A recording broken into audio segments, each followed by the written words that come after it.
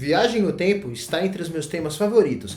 Eu sempre imaginei como que seria voltar no tempo e tomar outras decisões ou seguir caminhos diferentes. Esse vídeo vai ser sobre 10 coisas que eu faria se eu estivesse iniciando a minha carreira como desenvolvedor.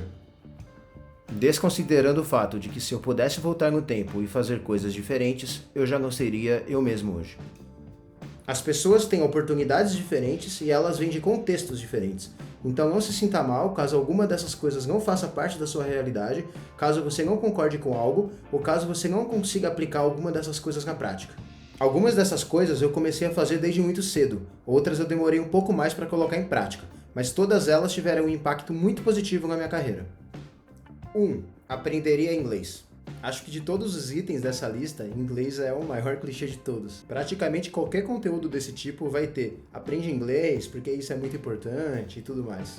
Mas não tem como mesmo diminuir a importância do inglês no desenvolvimento de uma carreira e até da nossa vida pessoal. Existem muitos conteúdos que só estão em inglês, tipo vídeos, artigos, livros, ou mesmo, novas ferramentas e novas libs. Então, quando a gente não sabe inglês, a gente fica, de certa forma, limitado na quantidade de conteúdo e novas informações que a gente recebe. E além disso, o inglês é praticamente uma linguagem universal usada por pessoas de vários países diferentes para se comunicarem. Só que tem uma coisa muito importante, eu não sou daquele tipo de pessoa que acha que, para você começar uma carreira de desenvolvimento você tem que saber inglês, ou que você deveria aprender inglês antes de aprender programação. Eu não acho isso, muito pelo contrário. Quando eu comecei minha carreira, acho que meu inglês não era nem básico, e pra falar a verdade, até hoje eu acho meu inglês uma merda. Eu não acho que o inglês seja algo que possa, impossibilitar alguém de construir uma carreira.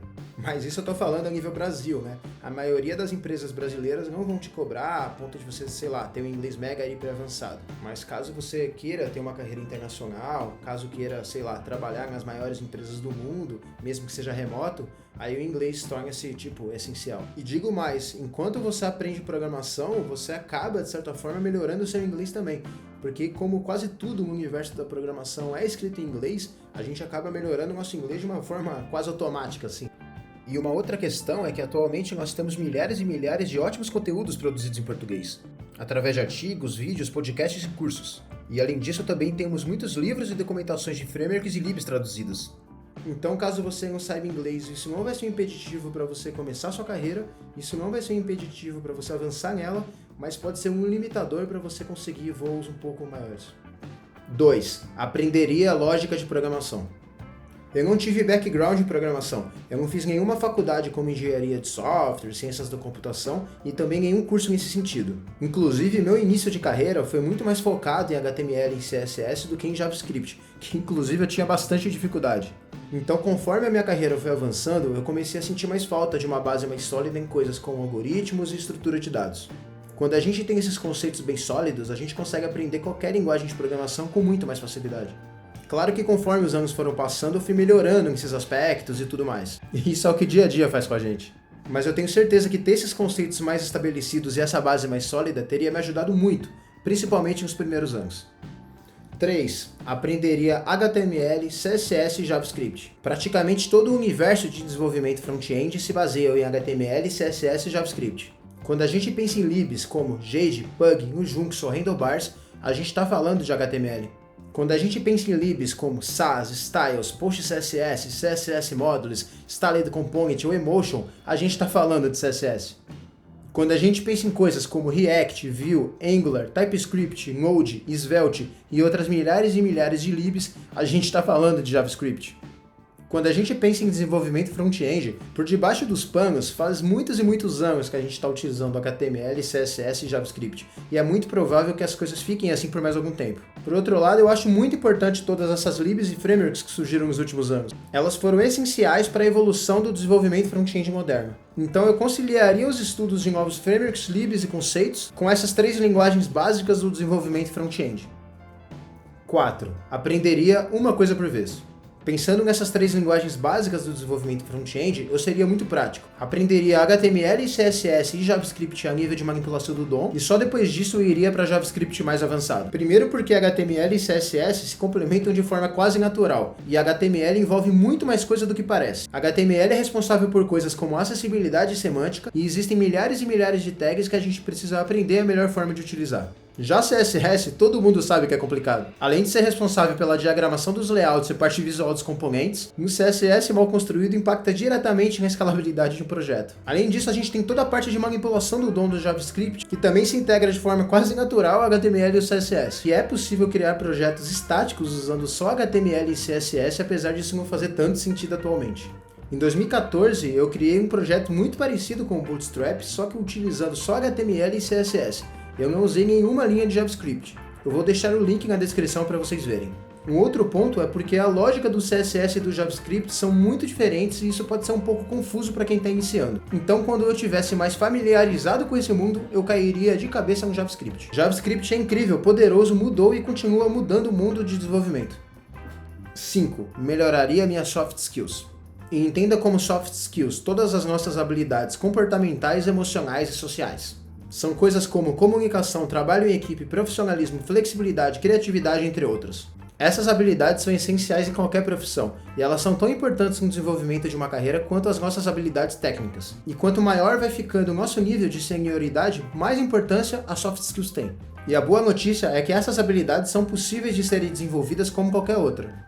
Do mesmo jeito que a gente aprende uma nova linguagem de programação ou ganha novas habilidades no dia a dia, a gente também consegue desenvolver as nossas soft skills. E sabendo que elas são possíveis de serem melhoradas e da importância que elas têm no desenvolvimento de uma carreira, eu com certeza focaria desde cedo no desenvolvimento dessas habilidades. 6. Tentaria entender tudo à minha volta. Desenvolvimento vai muito além de código. A sua task não termina quando o seu código está pronto. Então, para eu ter uma vida profissional cada vez mais relevante, eu buscaria entender desde cedo tudo que engloba a minha profissão.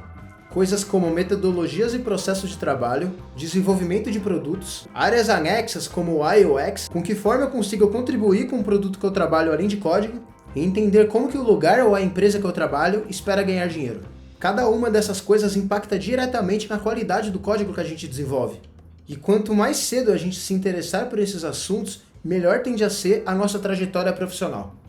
7. Teria referências profissionais. Eu tentaria entender quais são as pessoas que mais trazem impacto na comunidade de desenvolvimento e são tidas como referências profissionais e técnicas. Então eu buscaria saber por que elas são tidas como referências. O que elas fizeram, o que elas criaram, que tipo de postura profissional elas têm e como elas chegaram lá. E então eu me inspiraria para construir a minha própria história. Isso porque a única pessoa com que a gente deve comparar a nossa evolução é com a gente mesmo ontem. Ter outras pessoas como referência, inspiração é muito importante, e isso pode abrir muitos caminhos. Só que ficar se comparando com elas pode fazer muito mal. Isso porque cada pessoa tem a sua própria trajetória, o seu próprio caminho, a sua história de vida e o seu próprio contexto. Então, apesar de eu achar muito importante ter inspirações, a única pessoa com que eu compararia a minha evolução seria comigo mesmo ontem. 8. Iria em eventos. Os eventos de desenvolvimento tiveram um impacto gigantesco na minha vida profissional. Com certeza eles me ajudaram a ser um profissional melhor e também uma pessoa melhor. Eu me tornei um desenvolvedor melhor por causa dos inúmeros conteúdos que eu recebi durante esses eventos. Seja por causa das palestras, ou seja conversando com outras pessoas durante o evento. E eu me tornei uma pessoa melhor porque nesses eventos eu conheci pessoas incríveis. E eu saí de lá inspirado por elas. E quando você conhece pessoas incríveis e você aprende com elas, você também tem chance de se tornar uma pessoa incrível. E se, por exemplo, a cidade que você mora não tem eventos, você pode criar um. Em 2014, por exemplo, não tinha nenhum evento focado só em CSS em São Paulo, e daí eu acabei criando o Meetup CSS. Em 2015, eu também acabei ajudando na organização da conferência CSS Brasil. E apesar de organizar eventos não ser uma tarefa fácil, essa pode ser uma experiência muito foda na sua vida. Você vai desenvolver algumas soft skills, você vai conhecer um monte de gente e ainda pode ajudar a melhorar o mercado na cidade onde você mora. 9. Faria open source. Eu acho que open source foi uma das coisas que teve mais impacto na minha vida e também na minha carreira. Através de projetos open source eu consegui testar novas tecnologias, testar novas ideias, aprender um monte de coisa, principalmente brincar com código, que é uma coisa que às vezes a gente não consegue fazer no nosso dia a dia. Fora isso, todos os códigos e as coisas que a gente cria em projetos open source ficam disponíveis. Então empresas ou outros profissionais que de repente têm um interesse no nosso trabalho conseguem ver mais ou menos o que a gente consegue fazer na prática. Então se eu sou alguém que está iniciando uma carreira profissional e de repente não tem nenhuma experiência, projetos open source seriam uma grande alternativa para mostrar um pouco das minhas habilidades. Só que apesar de eu estar falando de código, open source não envolve só código.